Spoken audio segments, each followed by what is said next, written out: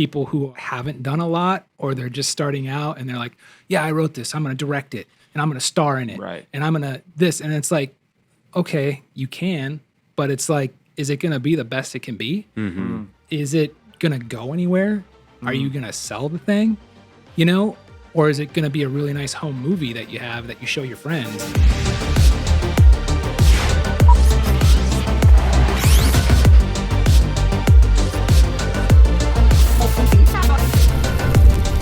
Welcome to the Rough Cut Club. I am your host, Joey Nicotra, here with my co-host, the one, the only, Mr. Shane Reitzammer. Shane, how you doing, bro? Good, man. I'm doing great. Good to see you. Good to be back in the studio on another episode of the Rough Cut Club. I love it, man. I love it. Well, today we have a exciting episode with a good friend of ours. He is an actor, writer, producer, director, filmmaker, house flipper extraordinaire, and business partner, I believe, with even a previous guest that we've had on the show. Welcome to the show, Mr. Nick Schroeder. Thank you. Excited to be here. Yeah. Thanks for joining us today. Welcome, getting VIP access into the club now. We're excited to have you as an official member. Can't talk today. Member. And that was an impressive resume. Like, that was like, he does everything. And he does it all very well, too. We've had the pleasure of interacting on the actor front. He's been in a lot of several things that we've had the opportunity to crew out on. And then we worked with and for Nick on a show called Reconciled, if I remember right, and that was a blast with him and Corey Cannon and CinemaMammoth. So Cinema Story and CinemaMammoth got to come together on that one. It was great. Yeah. Also renting out gear, so getting into the rental game as well, doing a little bit of everything, man. So super pumped to have you on and just learn a little bit about you and your story. Very cool. Yeah, I love what you guys are doing. It's been really cool to watch you guys kind of just get this from the ground up, and I love it. So Thanks, man. I'm really excited to be here, and I love talking to you guys. So That's I feel awesome. Like we can talk for hours. For sure. Yeah, strap in. This could be a 4-hour episode. That's right. So, man, for our guests that don't know you, take us back. Tell us a little bit about your backstory, who you are, how you got into filmmaking, man. Man, that is a big piece of luggage to unpack. But A loaded question. I'll try to keep it as quick as I can. I'll give you the Cliff Notes. Yeah. I grew up in Minnesota. I'm a Minnesota boy, and I have been in love with movies since I saw my first film. You know, it was just something that I just instantly gravitated towards, and I always wanted to be involved with movies somehow. Didn't have a clue how to do it. You know, from small town Minnesota, and Hollywood is probably the furthest thing that you could imagine as a kid growing up where I grew up. But, you know, started making little films when I was like 9, 10 years old with the home Sony camera, get my friends together, shoot little movies. I'd write them, you know, edit in the camera, you know, like that was bad. I got to rewind it and just record over it, you know. And so it was just a blast. I loved creating and making my own little projects. I would do stop motion animation with my little Ghostbusters and my, you know, Teenage Mutant Ninja Turtles. That's awesome. It was a blast, and I loved it. And then when I was in high school, I was probably 15, 16, the first home editing software came out. So you could like buy editing software on your computer and edit. And it was the coolest thing I've ever experienced. Like just the creativity, you know, and being able to go shoot something and create like an actual movie and edit it and put like transitions and music and sound effects. And it was so cool. And it was so frustrating because it would crash every 15 minutes. Hey, you know? not much has changed, bro. You'd spend like 100 hours on this thing, and I just want to export it, and then it crashes and it doesn't work. But shout out to it. autosave feature. Yeah, we've come a long way. I can do that on my iPhone now. Yeah. It's right. It's insane. But so I always loved it. Didn't really know how to get into it. And there was this show on Discovery Channel. I don't know if you guys remember, if you're old enough. It was called Movie Magic. And it was a show on Discovery where it was basically behind the scenes. And they would show you how they did all of these stunts and these effects. And I thought it was the coolest show I've ever seen in my life.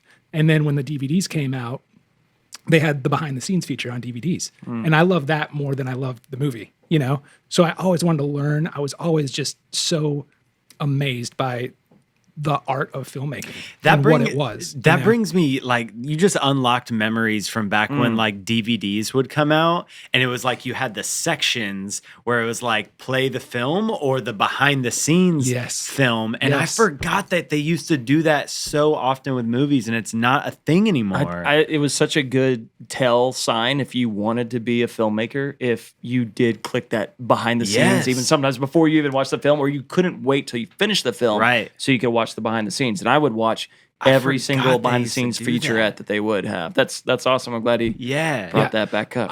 I'll never forget my first DVD was, oh my gosh, I just forgot. No, just kidding. Back up. I'll never forget. My first DVD was Gladiator with Russell Crowe. Dude, that is in my top 5 to this day. Yeah. 100%. Yeah. And amazing film. Went to the behind the scenes, the making of. Yeah. Just blew me away. You know, like, I still want to watch that. I haven't seen the behind the scenes for it. Man. So good. So good. And yeah, so I've always loved filmmaking. Didn't really know how to ever get into the business. Didn't have a clue. Didn't have any connections. When I graduated high school, I thought about going to school to be an editor because I really enjoyed editing, and it was a passion of mine. And so there was a community college, I guess a tech school, you'd say, that was local to me, and you could go for a 2-year program and become an editor. But it was like $50,000 for a 2-year program. And I'm like, what am I going to do with this? Yeah. Because I didn't have any vision of going to Hollywood or working on movies. I'm like, what can I do with this? Work at the local news station and make $50,000 a year? Yeah. You know, I'm like, this is crazy.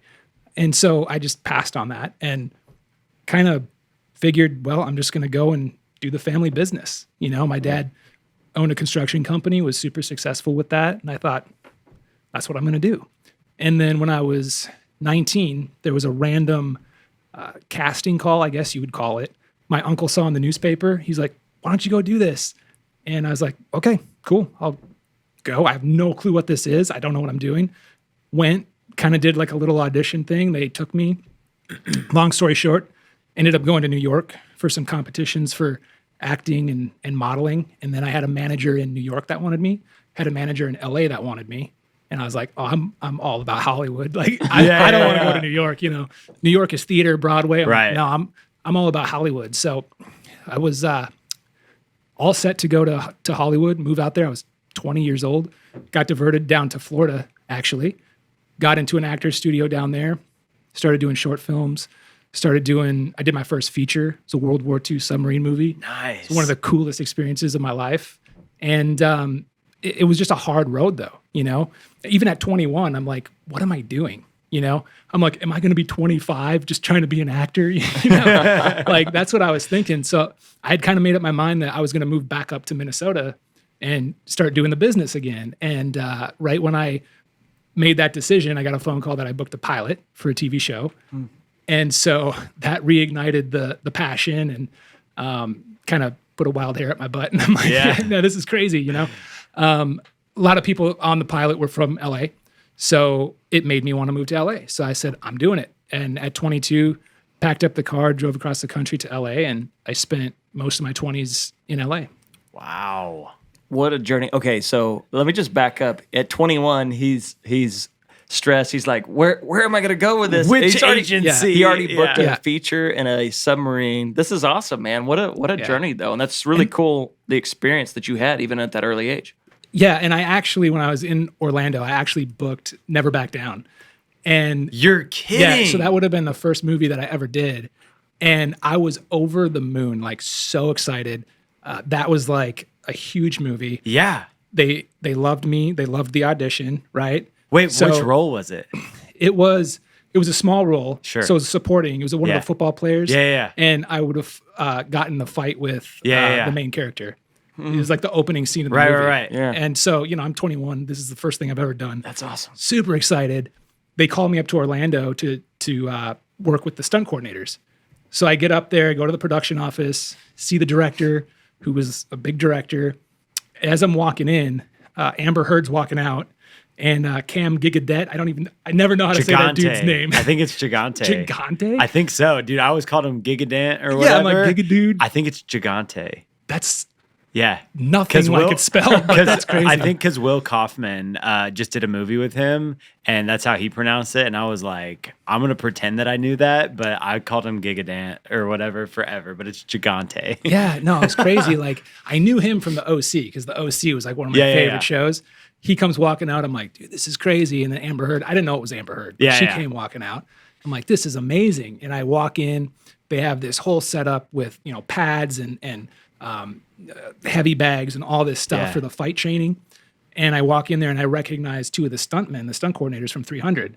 And I'm like, these are the guys. I'm like, this is so cool. And I'm getting so stoked. And then I look over and I see this guy walk in, and it was the same guy from the callback, my callback. It was my competition. And my heart just sank. I'm like, what's going on? And apparently the director really wanted me. The producer really wanted the other guy. So they gave it to him. Dang. And they cut me. Yeah. Dude, that is heartbreaking. Yeah. Oh man, dude, I loved that movie growing up, man. I haven't seen it in forever, and I don't know how well it's held up over time, but I was a fan of that movie, and that would have been hilarious if our paths crossed later in life. It was a cool movie. I wasn't gonna watch it. Yeah. But I made myself watch it. It's one of those things. Yeah. Like, you have to see what it was. Yeah. But it was I mean, at the time it was devastating. Now it's like, whatever. But Yeah. yeah, it was one of those devastating moments. But yeah, that's part of being an actor. It's part of the business. Yeah. Man, that's growth. Yeah. That is really crazy. Okay, so you get started in the business. This is what, you're 21 when that happened? Yeah, 21, 22, moved to LA. And I was in LA till 28. Okay. And just out there doing anything I could, writing, acting.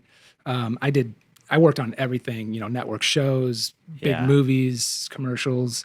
And it was a really cool experience just being on the back lots, going to Warner Brothers, Universal, Paramount, being on these back lots. I auditioned for The Office and, just auditioning for these shows that's so are like, sick. you grow up loving. And then you're like there. Yeah. You're actually in the room auditioning for these things. You're on the sets where they're being filmed every day. You're walking the back lots and you're just seeing, some of your favorite celebrities walk out of the sound stages. Cool. And it was really, really cool. And just the history, it's really inspirational, for your creativity just to be there. It was really, really cool. Wow. I was like 23 and I had done that submarine movie and they needed B-roll for like the submarines and explosions and stuff. So I'm like going to Warner Brothers, going to Universal, going down into their vaults and like their stock footage and just going through all this stuff that's been shot from like U-571 and Spielberg movies. And they're like, yeah, what do you want? And they're like, I'm just seeing all this footage that's never been. Yeah, dude, it was so cool. So I had some pretty amazing experiences out there.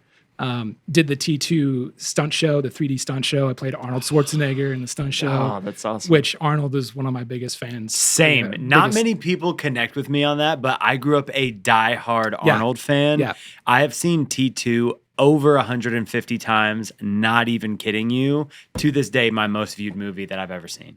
It's amazing. I mean, it's just the script is so good. The special good. effects were way ahead of its time. They hold up even now. Yeah. Yeah. And now we're living it with AI. Yeah, right? seriously. It's come true. It was prophecy. Yeah. That's awesome, man. So you're back in LA, you're 28. How do you get to Texas, man? Well, yeah, that's another story. I mean, living in LA was love-hate, just super difficult to make a career, super difficult to live. It's just so expensive. There's so many people.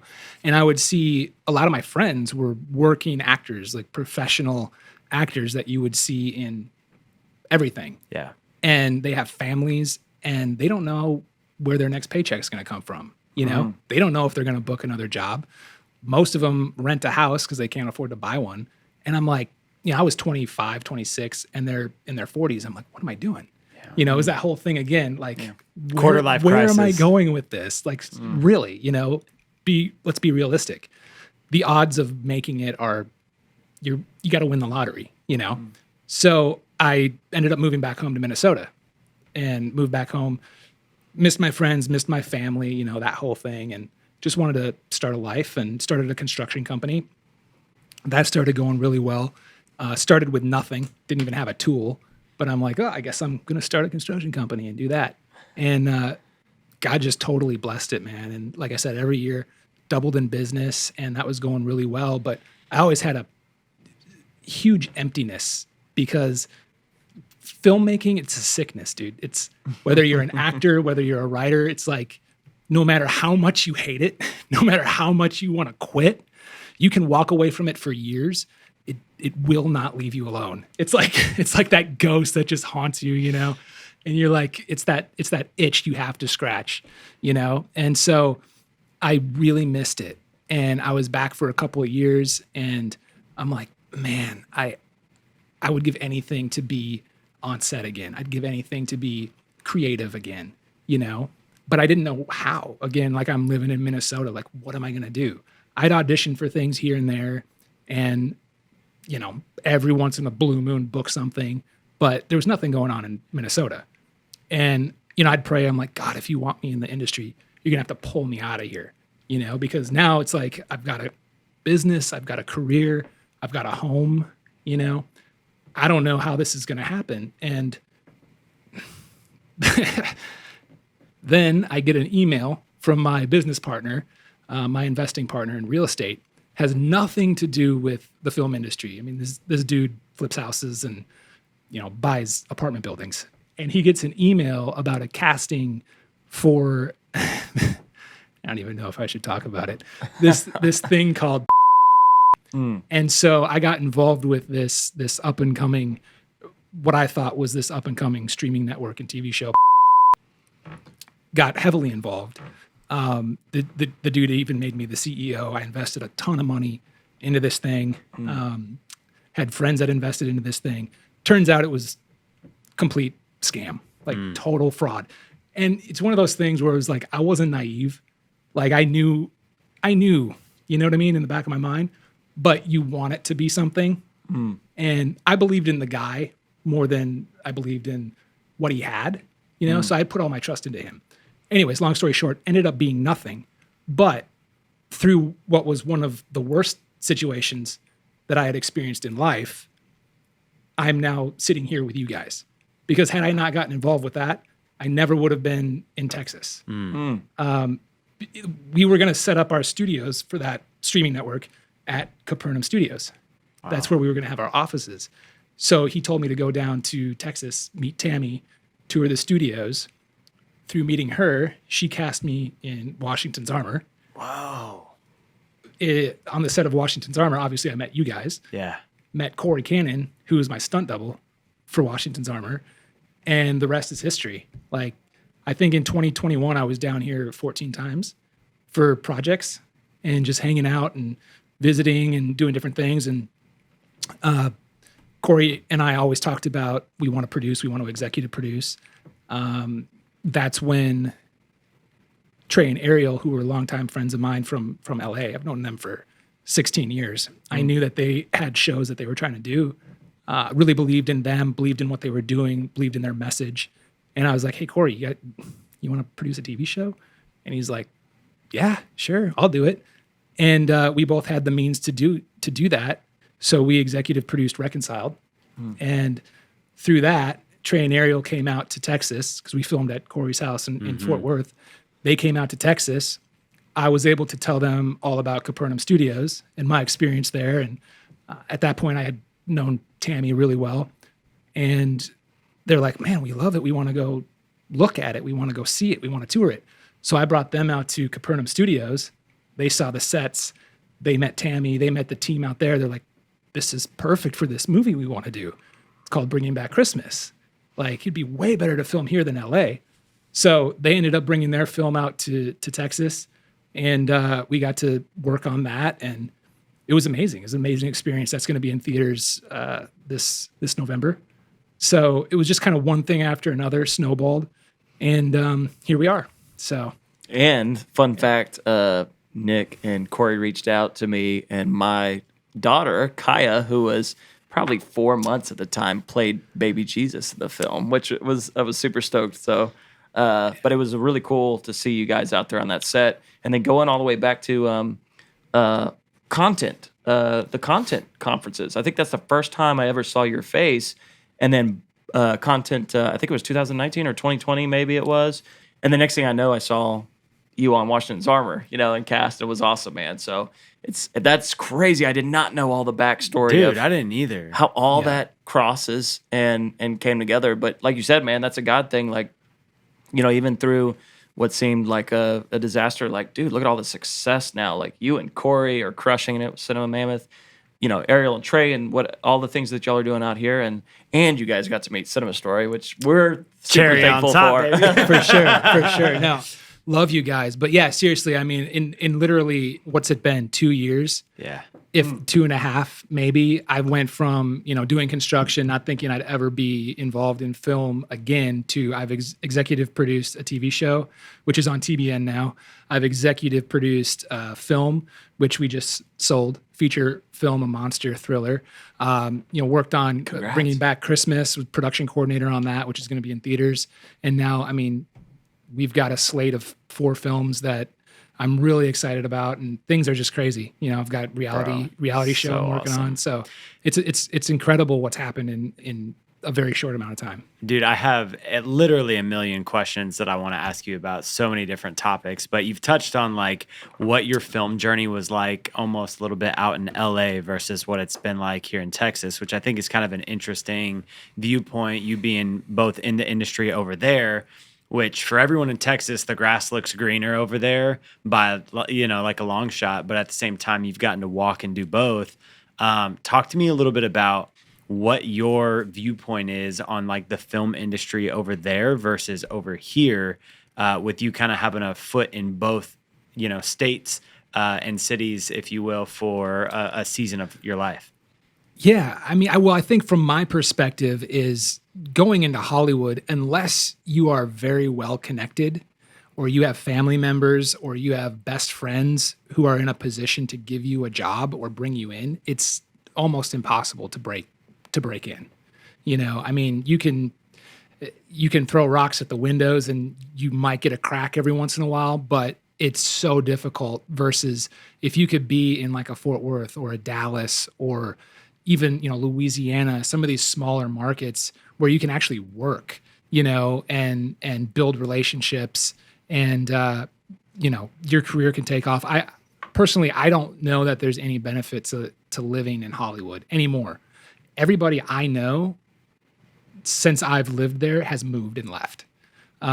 People don't want to be there anymore. I mean, politics aside, everything that's going on in that state, people just don't want to be there anymore. And they don't need to be there.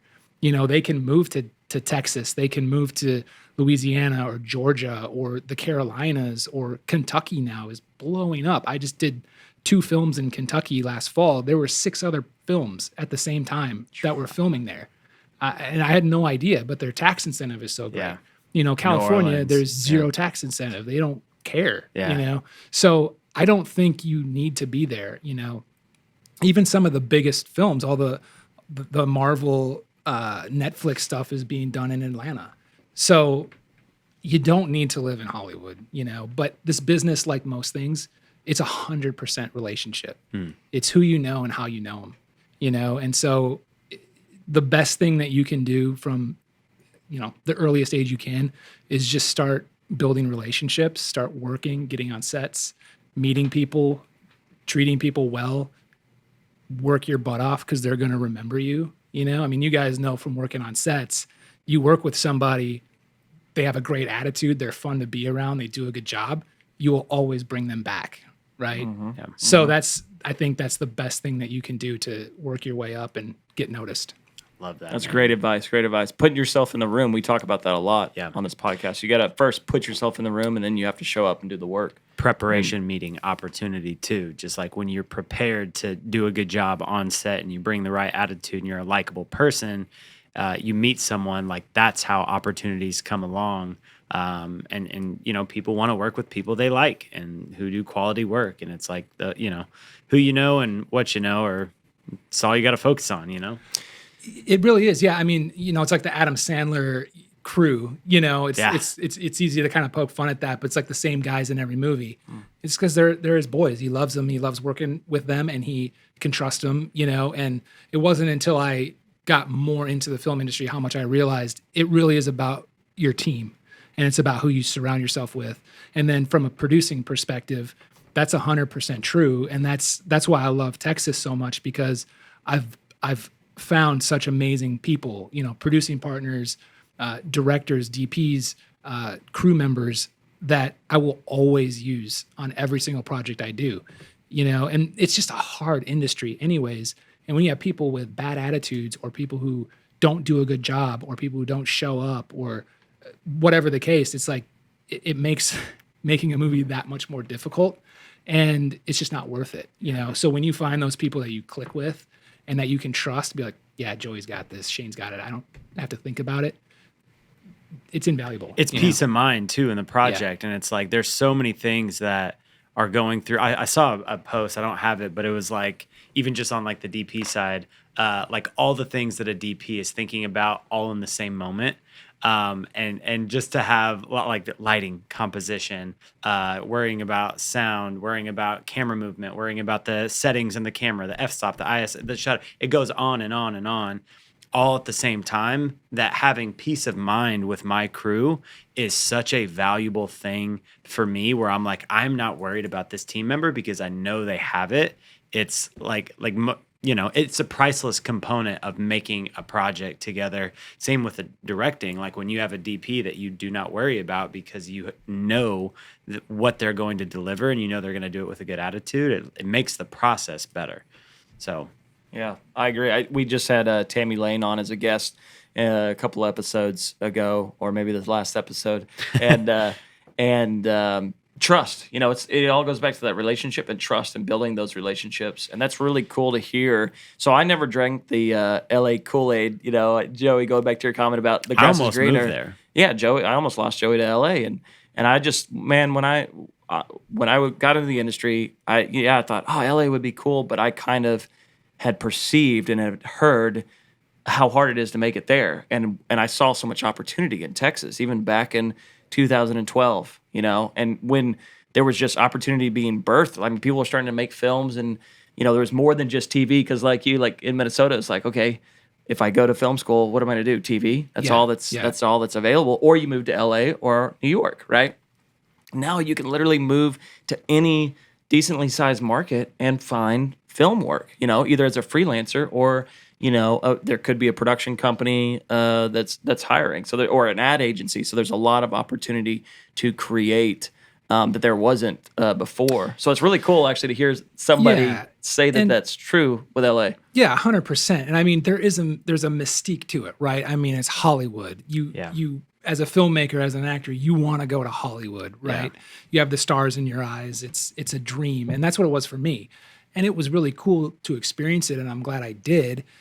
I probably always would have wondered what if, but in this day and age, you don't need to do that. Yeah. I mean, years ago, you did, but now you don't. And you can be this huge fish in a small pond and go there, and you're one of a dozen. It's like you're not. You know what I'm saying? Like, if you're watching the episode on YouTube, I still think in Joey's eyes, he still has this little what if I went to LA? I saw it. Yeah. I do. Okay, but here's the twinkle. Here's my thing with it. I'm playing devil's advocate. I'm here in Texas, but I by no means think I am like the hottest thing under the sun. But I will say that in the sphere of people that I work in, I feel like a relatively medium-sized fish, if you will, in a smaller pond, where I do have a desire to be in the ocean with the sharks. You know what I mean? Like, I want to learn from the most elite people that are out there. And I feel like there's just like a home base of like the biggest fish in the pond that are working in LA. And I think that is my biggest like draw to it, is that I want to be the dumbest person in the room again. And I'm not saying it in an arrogant way, but it's like when you go work on an Avatar Way of the Water set and you're like, I have no idea what any single piece of equipment in this room does, and every single person in here is like a master of their craft. It's like, that is the one thing I do feel like is a little bit lacking. I don't even want to say a little bit. That is the one thing that LA still has, where it's like the biggest, coolest productions in the world still happen there. And I think that is the allure and the draw for me. But at the same time, I get more work here, especially in the commercial space, than a lot of people would out there. And so it's a give and take. Like I think there's more opportunity here. From like a quantity financial sense, but at the same token, I think the biggest productions in the world still happen in there with all the celebrities, the music artists, the actors and everything. And I think that is still like the draw. I think we'll see a change, though. I think we're seeing a change now. I think, from Louisiana to Georgia, like you were saying, a lot of this stuff is, and even what we talked about on the other show with that studio potentially being built here in Texas, there's some big things that are moving. Yeah. And I think you'll start seeing the migration of even some of those. I mean, the studios exist in LA, right? But I think that's why I'm excited about the narrative space right now, because I think there's opportunity to come in and compete on these streaming channels with these studios. I mean, you're selling feature films. You just talked about that. And you've got stuff coming here pretty quickly. It seems like it's grown in the last 5 years. It's grown. There's definitely a shift. There's a shift happening right now. Yeah, I think it was down in Mansfield. Wasn't there like a 70-acre studio they're looking at building? A $47 million new movie studio they're doing. Yeah, and I mean, like, you got Austin, you got Houston, you got these things happening. So I think there's definitely a shift. And the thing with filming in Texas is it's so easy compared to filming in LA. Right. With the permitting. And it's insane. It's like you want to light a candle, you have to have the fire department there. Right. Here it's like, oh, you're starting a fire? What permit? We don't care. Here's some gasoline. What do you need? More more some diesel. Right. So, it's just easier. It's less expensive. Yeah. So there's a lot of positives to it, but I totally get it. You want the challenge. Yeah, I do. You want the challenge and you want to grow. And I mean, you're hungry. That's what that's how you're successful. Like successful people, driven people, you're never really satisfied. Right. So, you're always going to want that next level. Yep. And I get that. It's like, you want to be good at tennis, play tennis with somebody who's better than you. Right. So yeah, I get it. But yeah, I think, being based here, having the experience that you've had, having the career that you have, that can always happen. Yeah. And you can always go out there for a project or back and forth, make connections. So, I mean, I do think it's helped me grow too in a lot of areas that I would have, like, it would have been a slower process to almost get to where I'm at in my craft. I have had more opportunity here to cut my teeth on some things that would have been harder to acquire that position or that role over there. And so I think that, while those opportunities exist over there, it's very difficult to get past being like a PA on one of those sets and actually climb the ladder where I've gotten to have the first world experience here, which I think is cool. But again, not to make this about me, I want to. I want to hear about some of these films and the experience on those films. So the one that you just sold, the horror film, is it still called Shadows Creek? Shadow Creek. Shadow Creek. Shadow Creek. Still called Shadow Creek. We actually just signed a deal yesterday. Congrats. So what's the plan for it? How are people going to see it? Is it getting distributed? So we don't have any of those details yet. Okay. So we just signed on with NDA, Shane. NDA. Yeah. Bleep all this out. But I mean, it's international. So we're going for international sales and then North America. And our goal is obviously all the major streamers. Mm-hmm. That would be a perfect world, but we'll see what happens with it. Yeah. But yeah, just stay tuned for that, and we'll let you know where and when you can see that. But I mean, that was a passion project for sure. That was the first thing that I executive produced as far as a feature film. I co-directed that. Ended up directing a lot of the reshoots and a lot of additional scenes that we wanted filmed. So that was a really cool experience. Like I just love that. From the moment I said action, it was just like, I was on cloud nine, dude. I was a kid in a candy store. That's what I love. I love working with actors and just, creating the story.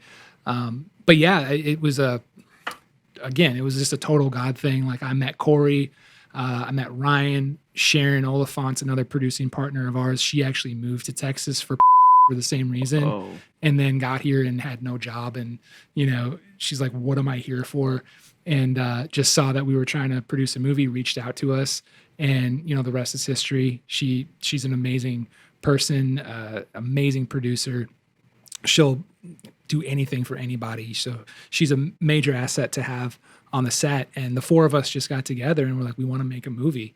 So we all threw in our own money and shot this thing here in Texas. And I think it was 3 weeks. And then the post took us 8 years. No, I'm just I think I think it took us a year, a little over a year to get it done. But so we're super proud of that. It was just kind of like that first step to see like, hey, can we actually do this on our own? And can we do it together? Can we work together as a team? And, we're pretty proud of what we got. I mean, shoestring budget. And I always say, I think we did the hardest thing we probably could have done for a first movie with no budget is shooting 75% of that movie in the woods at night. Yeah. Like, that was tough. Anything after that, we're looking at doing another film in studio with like one location on a soundstage. I'm like, this will be a piece of cake. Yeah. In the air conditioning, controlled environment, have power, bathrooms nearby. The sound is going to be good. You don't have dirt bikes and coyotes, sound blankets on them. Oh my goodness. But we definitely cut our teeth with a challenge. Yeah. And I think that's always, it's not a bad thing. Yeah. So I heard something when you were telling us that story. Do you feel like if you look at being a producer, a director, an actor, and a writer, among all the other amazing, you said you did production coordinating, so you've done a lot of different roles, but I felt like that twinkle was in your eye when you were talking about directing, when you said action, right? So what is your, are you drawn to that as a creative the most, or do you have a favorite, or is it all the above? I think 100% directing would be the most exciting for me, probably, and the most passionate. Also writing, but I think a lot of times, you're a writer-director. So, like, for example, I wrote a film, an MMA film that we're looking at producing, and I love that story, and I would love to direct it. We have a fantastic director, Lisa Arnold. She's phenomenal, and she's going to do a great job. And I'm not at that level, I don't think, where I could step out and do a movie at the budget that this is and the level that this is, but I would love to. Like, I'm like, oh man, to be able to take that story and then to visually create it, with the actors. And I'm an actor, so I'm very much an actor's director, and I just love working with actors. And I think that was 100% the most exciting part of making Shadow Creek for me, for sure. So that's where I want to go. Yeah. That's the direction I want to go in. But producing is second to that, I think. I'm an entrepreneur. I'm a business guy. I haven't worked for anybody in 10 years, and in real estate, it's project managing, right? And that's what like producing is, so producing really is it's finding a script that's worth making. And if it's not worth it, turn it into something that's worth making, and then do whatever it takes to actually make that project happen. And you see it from either an idea, a concept, a script, all the way through to the final edit and the screening, so to be able to oversee a project like that and have creative input is really exciting. And it's something that I love doing. Something super commendable too is the fact that, like, knowing the right person for the job, even though, you know what I mean? So that the film that you wrote that you would love to direct, but you said, boy, you've got this amazing director, and I know that she's going to take us the distance. And I think that's, for everybody listening, even me, that we all need to hear that, because it's such a hard thing to do, especially when it's your baby, right? Yeah. It's your baby. You're passionate about it, whether it's your production company or a feature film or, a position on set. But if you're not at that level and being able to realize that and let somebody else run that to where you need to be while you keep leveling up, which, man, that's awesome. Congrats on that. That's well, that's very hard to do. It can be, yeah, it can be, and you gotta kind of humble yourself. You gotta eat humble pie a lot in this industry for sure. But yeah, I mean, you see it so much, and you see it more so, I think, with people who haven't done a lot, or they're just starting out, and they're like, yeah, I wrote this, I'm gonna direct it, and I'm gonna star in it, Right. and I'm gonna this, and it's like, okay, you can, but it's like, is it gonna be the best it can be? Mm-hmm. Is it gonna go anywhere? Are you going to sell the thing, or is it going to be a really nice home movie that you have that you show your friends? Right. I mean, what are you trying to do? And it's like, I'm an actor. I would love to star in these movies, but I'm not Brad Pitt. Like, Right. I'm not going to deliver a line the way he's going to deliver the line, and I'm not going to sell the movie. So you have to kind of realize where you're at, Yeah. and let the big boys come in and take your project and make what might be a good project into a great project, Yeah. Well, and an actor will really make or break, even just like the distribution side of it too. Like you can have an actor, just having them in that movie can really help sell the film. 100%. And it's a humbling experience to like write someone else into a role that you want to do. I had to do it one time as a DP where a project came across our plate and I had to like be like, this is for someone who's more qualified than me to execute this. It was that one military project that came along. It was like $500,000 NDA, 30-second. we can't talk about it either, but NDA. But it was like, dude, y'all are asking for something that I don't know how to like execute at a confident level. Where it's like there's someone out there who would be a better fit for it than I would, and it's Joey doesn't tell me no very often, but that was which was good. I was proud of you for telling me that too. That was the right move. Same thing. I was like, I'm not directing this. Like this is way above what I can do for this commercial spot that they need to do. Yeah. But we were ready to produce it and pull the project together. Well, and for me too, it's I'd love to put myself in as an actor, as the lead actor. I'd love to say I'm the director, but as a producer or as the writer, how great is it if I can bring in an A-list actor who's going to be in my movie that I just wrote, that I'm producing? If I can bring in this great director, it's, to me, that's more important or as important than, it's not about me, I don't want to just put myself in something or put myself in a position just because I want to be in it. I want to make the best film I can make, so good. So talking about making films, like this is something, that I know that Joey and I are passionate about, trying to get more into the narrative space. And I know a lot of our listeners as well, whether they're in the commercial or corporate or wedding films or whatever they're into. What's the process look like? Or at least can you speak to your involvement of finding what's the process from start to finish for you, right? From analyzing, I don't know, and sum it up in 30 seconds. How do you know if it's a good script? How do you make it a good script? How do you get the distribution? I know this is a whole master class, but can you speak to any of the things, even just a quick key tips elements that put that us, you look for? Put us in the right direction. Yeah, I mean, as far as a script, it's within 5 pages if the script is any good, 10 pages, so that just comes down to finding just a quality writer and somebody who knows how to write and is experienced in writing. So that's first, is just like, is there anything to this script? Then it comes down to like genre, audience appeal. Is there an audience for this? Is it going to do well domestically and not internationally? Is it going to do well internationally? Maybe not domestically. Like, comedies, they're very much, they're very subjective. What's funny here is not funny in Asia. What's funny here is not funny in England, So comedies are hard to sell, knowing what sells really well. Horror sells really well. Sci-fi sells really well. Westerns sell really well, so trying to get the right genre that's going to sell easily. And then it's just building out your package, and that's what we've really tried to do with these projects that we've been working on, Punch Drunk specifically, is creating that package, attaching people who we have access to, we have relationships with, and whether it's 6 degrees of separation or it's somebody that we can just text or call on the phone, getting Lisa Arnold involved, getting a director involved, getting, 5-time Grammy winning composer involved, getting whoever we can that's going to add value to your package, your pitch deck.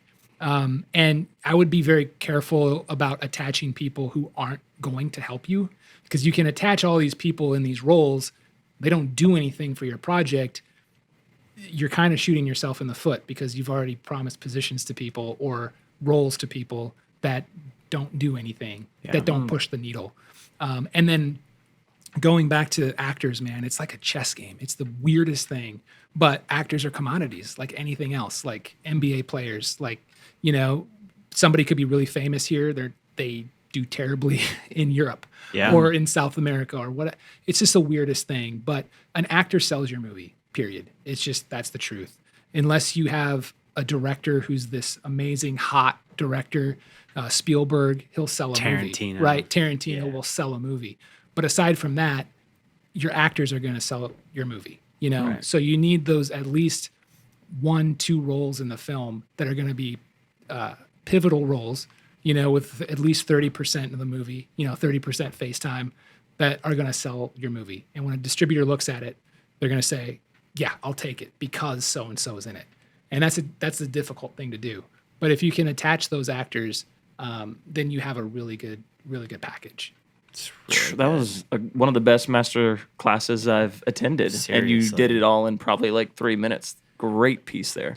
It's been 6 months of that so far. It's just trying to get our package to the point where you're crushing it, bro. So, question on the Shadow Creek film that you did you have a bigger actor in that, or did you kind of say take all that advice? We had Jordan Walker Ross from The Chosen and Washington's Armor. Yeah, nice. No, Jordan. Hey, but The Chosen is the biggest crowdfunded film in history. Yeah, so it's not like a small audience base there. Yeah, no, I love Jordan, and I would work with him any day. He's in Punch Drunk as well. We really didn't. It was such a small film. I mean, our budget was so low. Yeah. And it's a genre that sells. It's a monster movie. Right. It's a thriller. And that's why we did that. Yeah. So, if your budget's low enough, you're gonna make your money back. Yeah. But if you're throwing 200,000, 300, 400,000 into a movie and you don't have some sort of a name, it's risky business. Good luck. Yeah. You know what I'm saying? Like, just don't expect to make that back. Yeah. But if you're down at like 40, 50, 60,000, even 100,000, if you've got the right genre and you're a good filmmaker, I mean, it can't suck. Right. But it looks good, sounds good, acting's great. You have a good story. You could probably make your money back. Through minimum guarantees and, international sales and selling to as many markets as you can. Yeah. You'll probably be okay. So cool. you really got to pay attention to your budget and how much you're putting into a film. Love it, man. Yeah. So talk to me a little bit about some of the challenges that you had to overcome with that movie, and just some of the hard lessons maybe that you had to learn, or things how you grew from that project. Oh man. I mean, it was just countless ways, I mean, you guys know, you show up to set, it's like, what's going to go wrong today? Right. And I just think the biggest challenge was not having the budget. You can only do what you can do. And we had a fantastic crew, the people that we had, and they were working long hours. We tried to keep it to like 8 hours because, the pay wasn't great. Mm-hmm. We're not paying them super well for a 12-hour day. So we're like, let's try to keep this to 8 hours. We never made a day. I mean, we were 10 hours, 12 hours. Some of them were longer, shooting nights. It was miserable. So I couldn't give enough praises to the people that we had involved. It's really that cool. They stuck with us. And that's one of the biggest things is, as a filmmaker, as a producer, to know that people want to work with you again. Like, for me, that's so important. As an actor, as a director, as a producer, whatever it is. Like, I don't want it to just be about the end product. Right. People are more important than the end product. 100%. So we want to make sure, and CinemaMammoth, we always want to make sure that people feel respected, that people feel appreciated, that because making a movie is super hard and it's not always fun being on set, and especially if you've got rude people and you've got, directors that have egos, whatever it is, Like, we don't want that. We want to make sure that people enjoy being there, have fun, have a good experience. And I think everybody on that film did, even though it was so difficult. One of the hardest things that we could do, everybody was just happy to be there. Yeah. And enjoyed it and wanted to come back and want to work with us again. So to me, that's a win. It just says something about the filmmaking industry too. It's such a rare thing to see people like as hungry as they are and as passionate as they are to just donate so much time and energy and commitment to projects to just create art. Yeah. And it's one of my favorite things about the industry that you won't find in a lot of other lines of work is that like there are so many people here willing to just sacrifice and dedicate, go really far above and beyond in the name of making something. Yeah.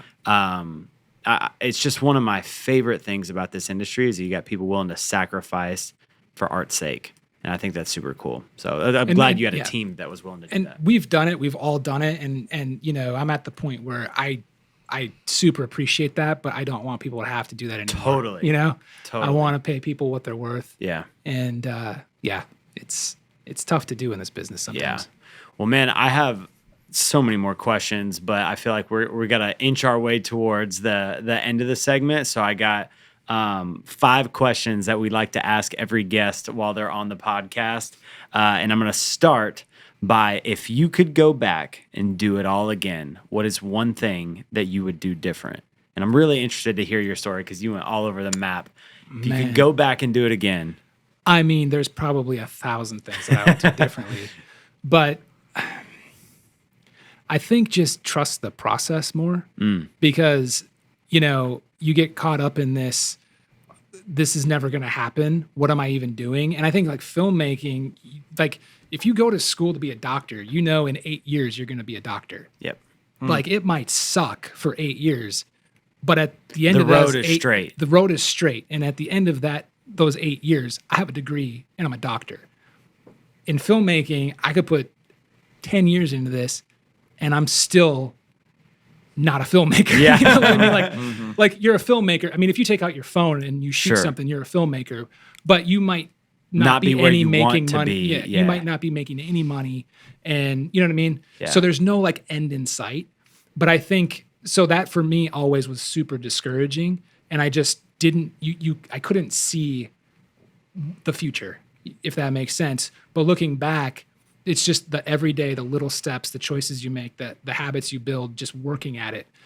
Eventually, like for me, I say, oh yeah, it's a super fast process. It's been like a year, 2 years. All these things are happening. Well, yeah, it took 20 years to get here, and it's like those overnight successes.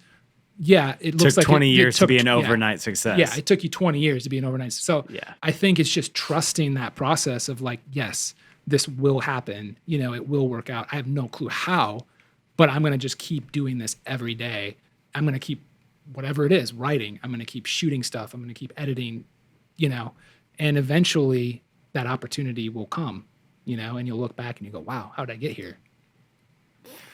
So heavy, good, dude. heavy stuff. Love I it. love it. I'm inspired. I want to like go out and create something right now. Yeah. But man, so what excites you most about the current film industry or market? I think the opportunity.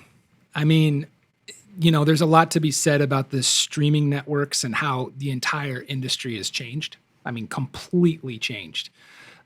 You had 4 major networks before. Now you have 20, to where you can watch shows and TV. It's overwhelming, but the opportunity to get your projects out there and the amount of streamers that need content, I think is easier than ever for you to get your project out, get your project seen. So, that's really exciting.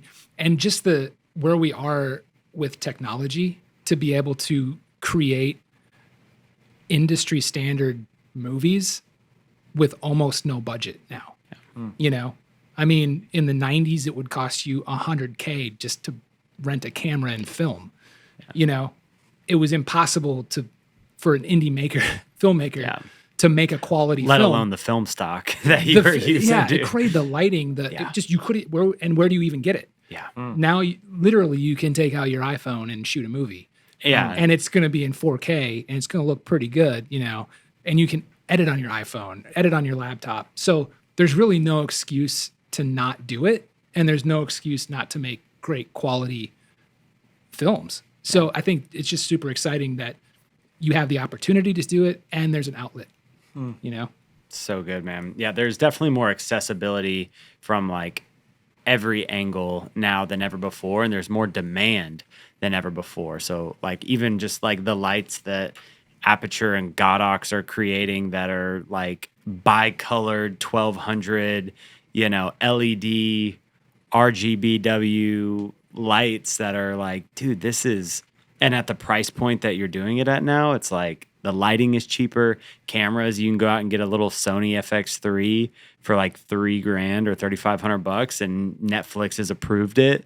And you know, it's like the accessibility to make films for all of these different distribution networks, and then even self-distribution now, which is a whole other conversation that Shane gets excited every time we talk about. But yeah, there's definitely more demand than ever before, and it's an exciting time to be a filmmaker. For sure. What is one piece of advice that you can give on top of the other 100 pieces of advice you've already gave to filmmakers who are trying to grow in their craft or the business? You just got to do it. I mean, it's the 10,000 hour rule, right? It takes 10,000 hours to be a master at something, whatever that is. And you just got to do it. If you're a writer, you got to write. And that's for me, that is so hard to be motivated. I mean, I've written probably I've probably done 6 feature films. And again, it's been 17. I started writing when I was 19, and now 17, 18 years later, I'm actually getting one made. So it's like, you gotta keep doing it though. You know, you gotta hone your craft. And like we just talked about, as a filmmaker, there's really no excuse to not do it, because you can use your phone. You can, whatever. If you want to be a filmmaker, learn how to shoot, learn how to tell a story, learn how to edit, you know, and just do it over and over and over and get as good as you can at it. And eventually you'll get noticed, you know, and again, you know, success is when opportunity meets preparation, right? So when that door opens, when that opportunity is there, you want to be ready. So good, man. Where as an industry are we headed in filmmaking right now, and what should we be focusing on? Oh man, where are we headed? Dude, if I knew that, I don't know where we're headed, to be honest with you. Well, we could go a couple different directions with this. I think personally, and I'm just going to talk about like genre. I think we really need a lot more family-oriented shows, because there's the stuff that's being made you can't watch with your family. Like, families can't sit down and watch it, you know? And there's a lot of stuff that's either maybe it's made for kids or it's made for adults. There's not a lot that's made for both. And I think that's an area that's really missing. So I think, and there's several things that we're working on that we're trying to do that it's gotten really good responses, because platforms are like, yeah, we need that. We want that. And families love that, right? They love content that they can sit down and watch together as a family and spend time, because, you know, let's be honest, that's what most people do now is they sit in front of the TV, right? So if they can do that as a family, it's a win-win. So yeah, I think that's where the focus should be. And I think if you can do that, you're probably going to have good opportunities to get it out there and get it seen. I love that perspective. I haven't actually thought about that as much, but it is so true that, like, I mean, you think back 10, 15 years ago, there were so many more family-oriented, sit around, just like wholesome pieces of like TGIF. Thank God it's Friday, right? Yes. Remember that? Dude, just wholesome pieces of family like content that we have gotten away from, without getting too political on the show. But right, yeah. I just think I think that's a huge area that's lacking, and I think there's a lot of opportunity there. That's good. That's insight right there. Last question from our 5 question. We needed like a name for these 5 questions. Well, that's The Homework Rough for the- 5. Nope, that's a That's veto. not it. Nope. The Rough Cut 5. We'll keep working on it. Keep working on it. Who is one filmmaker that you admire and why? Off the top of my head, I got to say Tarantino because, the dude only does what he wants, Facts. Facts. I mean, and to be that disciplined is pretty impressive to me, and obviously not everybody, I mean, how many people have that luxury? But to just say, I'm going to do what I want to do, and he's true to himself and his art and his craft.